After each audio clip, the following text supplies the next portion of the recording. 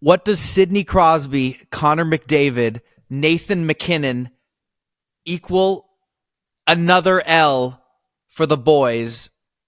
The Leafscast is back, Team Canada edition. Let's go.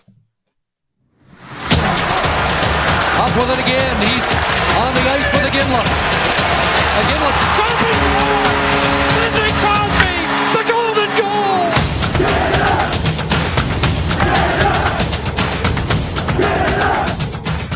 I'm not having fun, guys. Yeah, that was a rough one. That was the most Leaf playoff loss. Like, it was ridiculous. Ridiculous. We had the goalie on the other end being great. We had our own goalie not being great, not getting enough goals from the star players that are apparently gifted at offense. It was ridiculous. I'm not ready for this until April or May at the earliest. No, you're right. It's a Leaf-style playoff loss actually is a great way to phrase it, Tim, because when the boys are down 1, right, it's 2-1 for a majority of the game, or at least like the important parts of the game, and you're looking at like the bench of a bunch of, sad guys that are losing the game. And it's a sight that we've seen here many times as Leafs fans. Welcome to the Leafscast, by the way, for all non-regular Leafscast listeners. We appreciate you being here. But, and you sit there and you're like, the Austin Matthews and Mitch Marner and William, they couldn't get it done, right?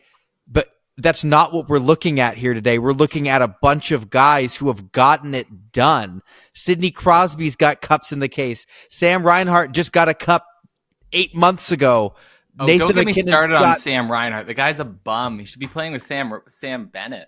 I'm just saying that's not what I expected out of this group. And when I say what do all those guys equal is 1L, it's just unbelievably frustrating because we're really looking at like the Thanos Infinity Gauntlet of offensive weapons that just need to get a puck past Connor Hellebuck, and we got one tonight.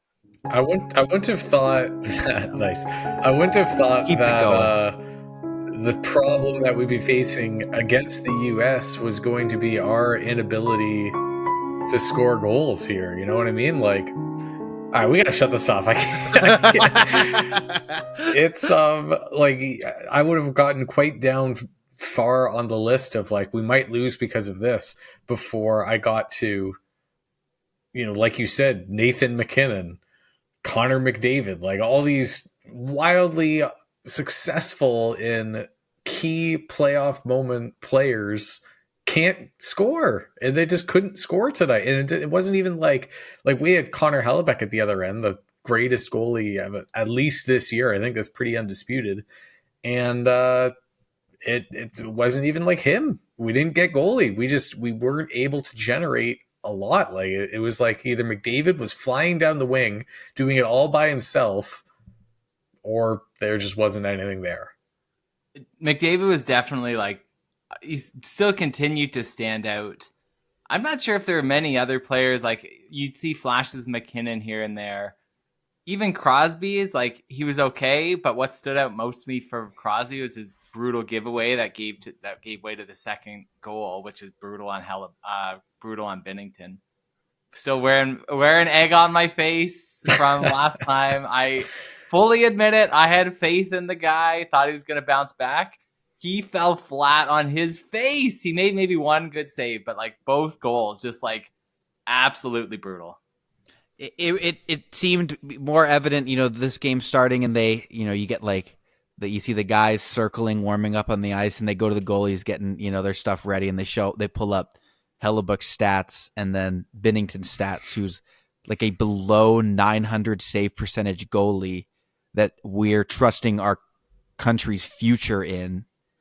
And yeah, he gives up 2 atrocious goals against. I mean, I guess not atrocious, but like you can't do that because like I don't know. I think everybody on here will agree that like those are savable shots, especially like in a game like this. Like I get it that you're going against an all-world player, but like Dylan Larkin from the top of the circles, like you need to save that.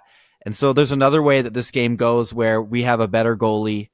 Just a little bit better, as good as we expect the goalie to be, and Canada wins 1-0, right? I mean, like that's possible because, and it wasn't the case. It's Tim's fault. It's hard to blame the goalie when you only score 1 goal, but I would say Binnington's up there for blame, but I don't know. I'm not sure who went forward to like. Can you pin it on one guy when McDavid's the only one that shows up and the Well, rest? But just USA only scored two goals really, and they weren't excellent like superstar crazy play scheme worthy like goals or anything. It was just it was shot a super that's stingy 5-hole game. and It was a game that you could tell both teams knew what the other side was like. They could see the firepower. They're like, we gotta have 5 men on the ice ready to stop the puck from going in our own net. And I was looking at the American roster after the game, thinking, who do I like? Who really showed like, man, that guy was fantastic. Austin Matthews, like, the Kachuk brothers, Eichel, Hughes. Like, I just kind of went through it, just like I couldn't tell you anyone from the American roster. I was saying, man, that guy, like, world talent. Like, I thought that the best players in the American roster was probably like Werenski and McAvoy, that was just from like the defensive side of things. And so it's just like that was kind of the game. It was really tight. It was hard for both teams to generate anything. And it was kind of just which team is going to make a mistake first. And it turns out neither team really made like any mistakes all game. It was just Binnington didn't save 2 shots. Like, that second one was from the top of the circle, just clean. It's unbelievable. But I mean, Canada, like the USA suffocated Canada offensively. Like Yes. that was even though yes, Binnington lets in these soft goals and stuff like that. It's not like one of those leafy playoff games where just like the guys can't get anything done and like the passes are off and stuff. Like, just the USA was ready for Canada. But Canada did the same. Tonight. Like, Canada shut down the US. Yeah. So I didn't think that they were able to get anything going either. So that's where it's like tie goes to the goalie. And it took Connor McDavid being a world-class player, just like dummying the other team, going Thanos, as Steven likes to put it, and roofing it top shelf in the backhand. And it took them like 2 wimpy shots, and that's the game. It's over. I was telling Dave, and like, go ahead, I feel Tim. like we can nitpick. Like, it felt to me that Canada was like making too many passes, that when the US was so locked down, like, it felt the passes were intercepted or they're bounced, and it's like just wanted more pucks on net. But they got a fair number of good chances. They were all turned away. But we also haven't mentioned like Cale Makar's absence. Obviously, the best player in the world. Off your roster makes a difference. Nothing against. I just remembered his name. Who's the new guy? Thomas Harley. Nothing against him. I thought he actually looked better than I kind of expected for never hearing I his was name also before pretty tonight. impressed with him too. I thought he was actually one of the bright points. I want him to stay on the roster, like shoot someone else off if Makar comes back. He was fun to watch. I also it sucks losing Makar, but then when the US is down Quinn Hughes, it almost feels a little bit more fair because that's by far their best defenseman as well. But yeah, it does stink. You know, my theory for everybody listening, I still stand by that it was sort of legit. That I thought when he first came out saying that he was sick, they just put that out there to be able to get a 6th player or another defenseman to get to come up to Montreal. And then I was like, oh, he's totally going to play. And then he freaking doesn't. Give you a break. It's wild. Like, they had him like watching the practice and he couldn't be on the ice at the same time as Makar because of these injury rules. It's like just bizarre. Well, something's going around too, because was it Konechny when they first got there wasn't able to practice due to illness as well, and so I don't know. I mean, that's another part of it. He was the healthy scratch tonight for Sam Bennett to go in. And I actually thought Bennett had a really good game. I hate the guy and I hate everything about him, but I actually thought he was one of our better players tonight. I'm not sure, even though we don't necessarily need that toughness, and we'll get into why we needed the toughness tonight. I think that's probably next on the docket. But I think Sam Bennett will probably stay in for our next game against Finland just because he looked quality out there. And I kind of want Konechny back in, though. I thought he was fine in that first game. So I don't really know what they're going to do. Well, there's a lot of guys in the first game, like I think Seth Jarvis, his brother Sam, maybe his brother named Sam, who had a great game in game 1 and then didn't hear his name really once night. Like a lot of guys did not stand out at all on either side. And I was telling Dave, it was actually kind of funny because like with like the McDavid and McKinnon's, even though like McKinnon didn't do a ton tonight, it's still funny to see like even in a game full of absolute superstars, how they still stand out above the rest, like just so much. Like it kind of felt like just a regular NHL game where it's like, yeah, the third line kind of cancels out the other third line. The second line kind of cancels out the other second line. And then McDavid's just better than everybody else. And it's, you know what I mean? Like it kind of felt like that a little bit. Cause I was like, McDavid has the one goal for Canada. And like, it just feels like it's either McDavid or the Kachucks is going to win the game. And that was it. And, it didn't I don't have the final ice times in front of me, but John Cooper was leaning on the McDavid, like the top two lines hard, like just flipping between the two of them. So I mean, when you're behind by a goal, though, that's what you got to do. Yeah. Well, so he changed it up too. Going into the final, whatever it was, like 5 minutes of the game. That top unit, it was Crosby, McDavid, and Braden Point pulls Mitch Marner off of that top line, and Sam Reinhart, who Tim now hates, I guess.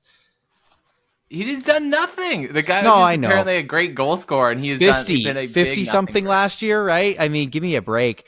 You talk about the passing a lot, so like obviously Canada has one power play in this game, and we had two. Mitch Marner, two? I think so. Two. Yeah, that probably checks out. There was one after like the most ridiculous right opening 10 seconds to a game I've ever seen in international hockey.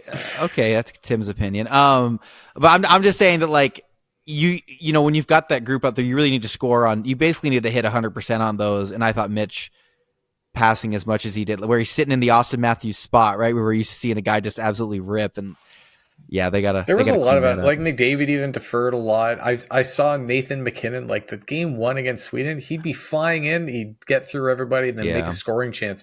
This game, he did a lot of the classic Kasperi Kapanen. He'd like zoom in and then like hook back and bring it back to the blue line every time. I don't know what changed. Where do you think he learned it from? Where do you think he learned it from? That's the Connor Hellebuck effect, where like it just gets in their player's head and they know that, like, oh, a shot from distance isn't going to go in, so it needs to be the perfect pass to get a goal, and that just backfires because he's just saving everything. So is Kasperi Kapanen playing for Team Finland? I don't know. I don't think so. I should know because I watched that game today, and I watched a good bit of the USA one on Thursday. But I hope he is. Go Kasperi Kapanen. Always a Leaf. Shall we discuss the opening of the game here? I feel like there's some differing opinions of what happened. Two brothers, two sets of brothers, two different opinions. Who's right? I mean, I can go first.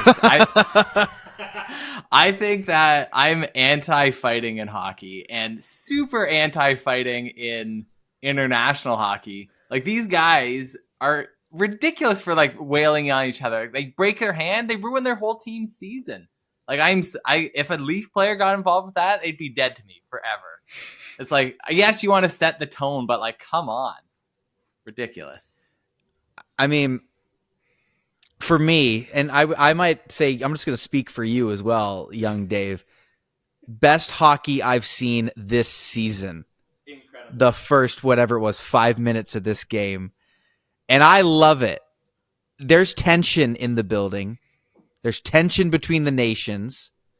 And these guys want to make a statement internationally. And I 100% get it. I did not see it coming whatsoever. I mean, I was super caught off guard. I also did not tune into like the entire 20 minutes before the game started because I got better things to do than watch 15 anthems and 18, call outs to whatever former Canadian or USA guy. So I just sit down, game turns on, and people are chucking knuckles, and I'm pumped about it. I mean, I'll trade 5 minutes of Sam Bennett for 5 minutes of a Kachuk sweater any day, but like, if you have any talent whatsoever, you do not drop those gloves. I've literally never in my life seen a game start that way, by the way, ever. I've seen line brawls. We've seen the Maple Leafs in line brawls. We've seen the Maple Leafs in preseason line brawls. I've never seen fight or puck drop fight, puck drop fight, puck drop fight. I've never seen that before in my entire life. And we saw it internationally. I mean, that was nuts. And these men were fighting with the flag on their chest. Give me a break. You don't like that, Tim? You don't like that, man? That's country pride. What? I'm not a fan of the opening face-off fight, the premeditated, like nothing's even happened yet. Like that to me, it doesn't mean anything. It's not like there was a big hit or you just snowed the goalie or there's like they've been battling back and forth all game, or even like NHL wise, like a season series or a playoff series. Like there's just nothing there. That was just like made up. I don't know. I don't like it when we do it right off the bat. And then when the second fight happened and it was baby Kachuk out there, it's like, I got to do it like my big brother. I hated that even more. It's just like, come on, like this isn't even hockey. But when the third fight happened and it was an actual, like about 6 seconds of gameplay happened and it went to Binnington and then there was like a scramble there and then they fought again, I got into it by the third fight and I liked it then. Cause then it was like, then it was just like, yes, these teams just like, hate each other. And that's all it took. It took like 7 seconds of play and some shoving around Binnington. And then it's just like, okay, like there's something here. But the first 2 fights that are right off of the draw, literally these 2 teams haven't played each other in like 9 years. Like a bunch of these players weren't even in the NHL the last time Canada, US played together. They don't mean anything other than the things on their chest. That was just US being like, we got to beat our chests, and Canada being like, we can't look like weenies, so we have to beat our chests too. Like it does. I don't like that. I think part of it's the guys that did it though, because like on the US roster, are idiots. Yeah, we know it's the Kachucks that are going to do it. And when the first fight happened, again, I just sit down, game starts, people are chucking knuckles. I'm like, that's Matthew Kachuk, and I, in my mind, knew it was Brad Marchand. I was like, there you go, because Brad's the kind of guy that would do that as well, right? So, like, there's only a handful of guys on either team that was going to do it. And honestly, the physicality in this game was, like, absolutely nuts. Even just seeing, like, guys, like, shoving Crosby around like he's some jabroni fourth liner felt disrespectful. McAvoy was crazy out there. Yes, he's just, like, after Crosby's down, he's, like, giving him cross-checks to the face. I couldn't believe it. And he bodied, when McAvoy bodied McDavid 2 times in a row, like, in back-to-back shifts. I'm thinking like that's when you go and just beat the snot out of him and just say like, this is like, we're going to be physical. We're going to stand up for our team and not like opening face off. What are you proving? What are you proving by when Matthew Kachuk skates by and says, hey, do you want to go? And Hagel says, yeah, I'll go. Like, why? What are you doing? I really disagree with this idea that it's for nothing. I mean, there's a lot going on. You've got, from the US's perspective, it's been 10 years. None of these guys have ever had the opportunity to do this, right, for their country. And you've got a bunch of US guys who they're like, all these years, the US has been little brother in the hockey world, right, to these guys in red. And it's Matthew Kachuk saying like, that's not the case anymore. Like, I'm kicking your butt in front of your country right now on live TV. That's what it was. It was Brendan Hagel fighting Matthew Kachuk. Isn't that what I said? No, Steven. I thought Steven said it was Marchand. No. I was saying when all the people like there's so many guys that would do that on the US team. I didn't think somebody like Brendan Hagel would be doing that from the puck drop. I thought in my mind, I was like, there's a fight. Marchand's doing it. He initiated it. Like, that's what I thought. I was just saying, because like there's only so many guys that would do that off the puck drop. So I'm saying that like a lot of times when it's like 2 goon fighters doing this stuff, I agree with you a bit more there, Ryan. But I think there was different types of tension and gets the boys fired up. I mean, it did. That building looked insane. The building was going to be insane no matter what happened. Like, they didn't need fights to get that building going. To like throughout the whole game, there were huge hits that were thrown all game long, and every single one of those was better than an opening face-off fight when nothing has happened yet. It means nothing. It's silly. The intensity in that first 10 minutes of the game or whatever was better, more fun hockey than I've watched all regular season and absolutely since the last Leafs playoff run. It made me feel like watching college hockey, because you just get that intensity and they're just going for it, and I loved it.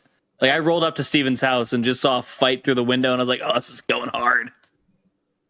I would have fought anybody. Whole world. Captain America walks up, says, "You want to fight?" I would go. I was ready. So I disagree. Well, You're wrong. Oh my gosh. Clearly fired up the U.S. more than Canada. But I want to address one thing, because I know in the last podcast we talked a lot about how Ryan thought that Mitch Marner was doing absolutely awful. I now agree. He was terrible in this game. Terrible. No, I feel you can't say he's terrible. Like, Binnington was terrible. Crosby had a terrible giveaway. If anything, the fact that Marner was like on McDavid's line means like at least that's something. But he dropped so many passes, and I was just and then it's lining up for shots and just not taking them. I was so disappointed. That's classic Marner. I feel like what's become evident over the past 2 games is even though on paper it just looks like the best match, it's just not Marner and Connor McDavid together. It's just like it's just not working. And I think that they need to do some line switcheroos here. And that's what kind of Cooper was doing throughout the game when he put point up there and pulled Marner off. It's not working, and there's no magic there. It's either McDavid doing it by himself. Same with Reinhart. Pull him off of there too. Give McDavid some new wingers, because we have one game, and it's basically a must-win game at this point if we're going to make the finals. And I don't think McDavid Marner is the combo to do it. If I could call for one other roster change, and this isn't even a hater. I know this opinion is not going to be fought very much on this podcast, but I don't think Brad Marchand should be in the next game. I haven't seen anything from him. You know what? He looks slow out there. Like he looks unable to keep 36. Up. Yeah. I know it's not his best season, and I heard the theories that he was named to the roster early just basically because the games are in Boston to like help sell tickets and stuff like that.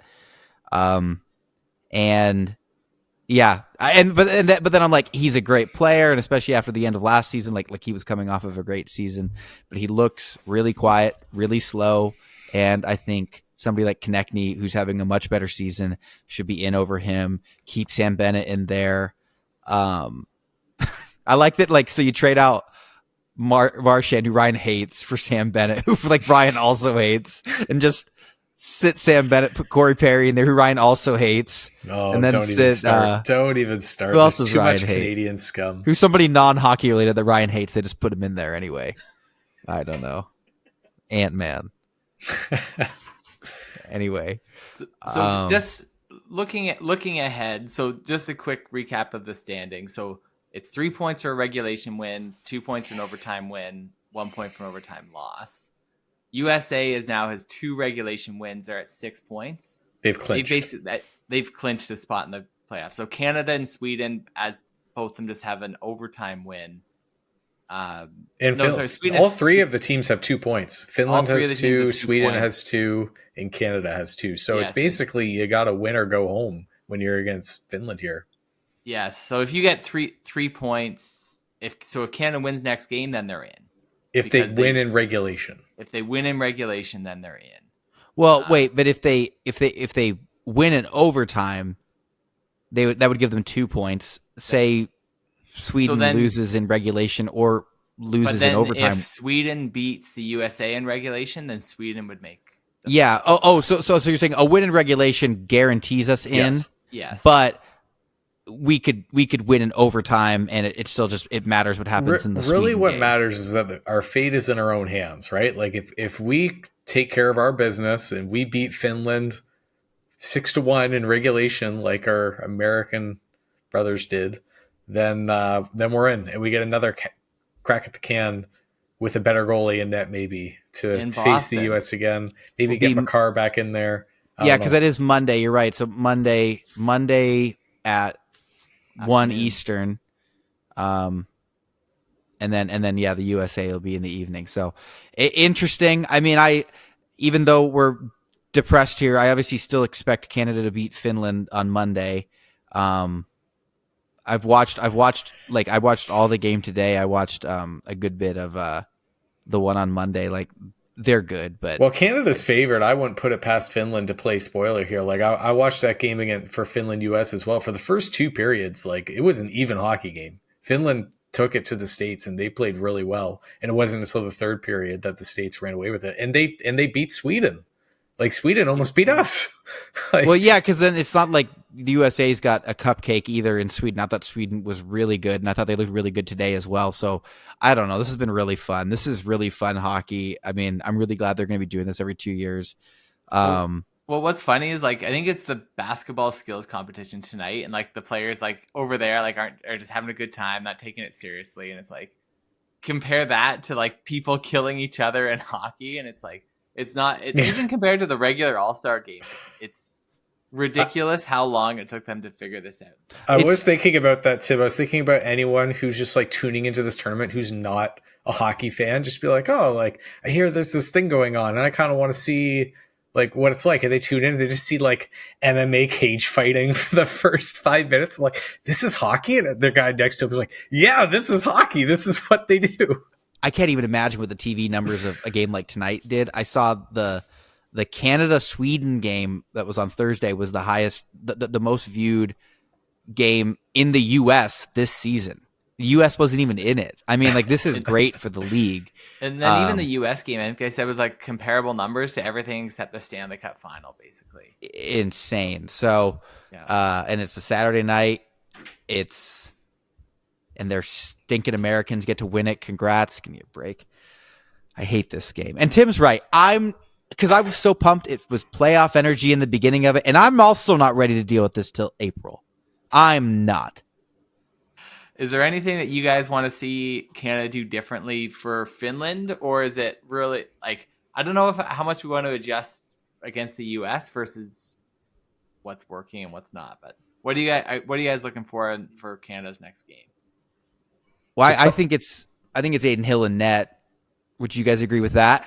That's an obvious start. Yes, I concede. Hey, Aiden Hill in there. Well, it's nuts too. Like I was telling Dave when we were watching the game, it's nuts that they didn't consider it before. Like just because it's like it is not like Binnington is the like it's not like he's the Hellebuck of you know where he's like miles ahead of everybody else. Like they're all still pretty even. Finland's made goalie changes this tournament. Like you know all these guys are good. So. That's number one for me. But you're talking like other line, like guys playing with guys kind of thing. I think it starts with finding something better with Connor McDavid, right? Like, I mean, we saw it in the first game with Sweden. Like, none of us liked that top line, and it felt like McDavid was just kind of doing it by himself, and Reinhardt and Marner were kind of just along with the ride. And then they decided to stick with it for this game and kind of threw that in the toilet halfway through. So I kind of expect them to go out with something new in this next game. And I don't know, like maybe it's John Cooper back there. So maybe he's going to put Point up there with him. And like, maybe that's just what we try. And maybe that is able to catch some fire here. But I think that's going to be a big deal to get like a full line that can have some chem anchored by Connor McDavid. Like, I think that's going to be a big deal, like both defeat Finland, but then also beyond that, hopefully to beat the Americans in the final. Would be nice. I would agree with you. That's what I'm kind of been surprised that like the power play and penalty kill has been such a non-factor these games. Like there's just so few calls being made. And I don't know if that's the refs just like letting them play or what. But obviously not really a factor either way. But I think. It'd be nice to get some depth scoring, so it's not just Connor McDavid doing everything. But I don't know. I don't know about like a single player to call out. So the first game, at least I guess all of us, very impressed with Taves and Makar as a combo. Like they were so good. And this game, I don't think any of our D pairs played at that level. Like I called out Werenski and McAvoy for the Americans. I think they did. I thought they were a real standout pair. I noticed when they were on the ice, and I don't think we had that. And if we do get Makar back, then I think having just a D pair out there again that could just dominate and really tilt the ice, and then you pair that with they're on the out there with McKinnon and Crosby or whatever, like a real forward combo that could just make a 5-man unit. Like that's goes a long way. I remember like the early, like before the actual rosters were announced, like the expectations of who would be there for Canada, and everybody had Zach Hyman on the roster, and it's just like, kind of like when the old ones, when they used to send like Chris Kunitz to go with Crosby and stuff. So it's like, yeah, you wonder if that'd be better. Well, yeah. So, and it's too late to do that, right? You can't call these guys back unless like they can fake a couple of injuries or something like that and pull Zach Hyman over. But I'm saying like, so you got to find somebody who can do that Zach Hyman thing. It's obviously not the easiest thing for all these guys to play with Connor McDavid, but that is like priority number one because he's our best player. He's been the best. He's the best player tonight. And yeah, they've got to fix that. And then, gosh, the rest of it's really tough because like it's so unbelievable to say that like. We had a game where Crosby played with McKinnon and they didn't score 3 goals tonight. Like, you know what I mean? I don't know that the formula is to just abandon that, right? Like, and to be fair, like together. The game was tight, right? Like it was a 1-goal game until they got the empty netter. Side note, do not do dump and chase when your net is empty. Thank you very much. Did I not say the same thing? I was like, what are you dumping it in for? You don't have anybody back there. Because Dave's like, when are they going to pull the goalie? And I'm like, I don't think they're going to do it for a while because like you have to expect that all these superstar guys are going to, you know, bat the puck out of the air and rip it into the net from anywhere. Like, because they can all just do that. And it obviously freaking happened. Anyways, I think you just find the, like, put speed with speed. I don't think Mark Stone should be on the second line with McKinnon. I haven't seen it from him. I think you put somebody like Braden Point up there, or you put Seth Jarvis up there, maybe Sam Jarvis. You do something like that. I think that, like, you know, keep the two parts of some of these lines that are still working, right? That top line's got to get completely thrown into a blender. And gosh, I don't know. Maybe there is a lot of stuff you got to do. Get Marchand out of there. I don't know. There's so many Canadians. It does feel like you could do with a little bit of tinkering. I'm curious what you guys thought about Austin Matthews, as this is still the Leafscast. And we just cheered against him. I'm curious what you guys thought about our Maple Leaf captain playing for the U.S. tonight. I thought he was fine. Didn't stand out that much as far as like. It's so hard when you're playing against McDavid. Like that is the bar, and McDavid just stood out more. It's like, well, he wasn't McDavid. Doesn't mean he was bad. He had a couple nice like things where like Matthews protects the puck or like steals the puck. Like that was fine. Yeah, he did have some nice takeaways. He had, hit a post. one timer.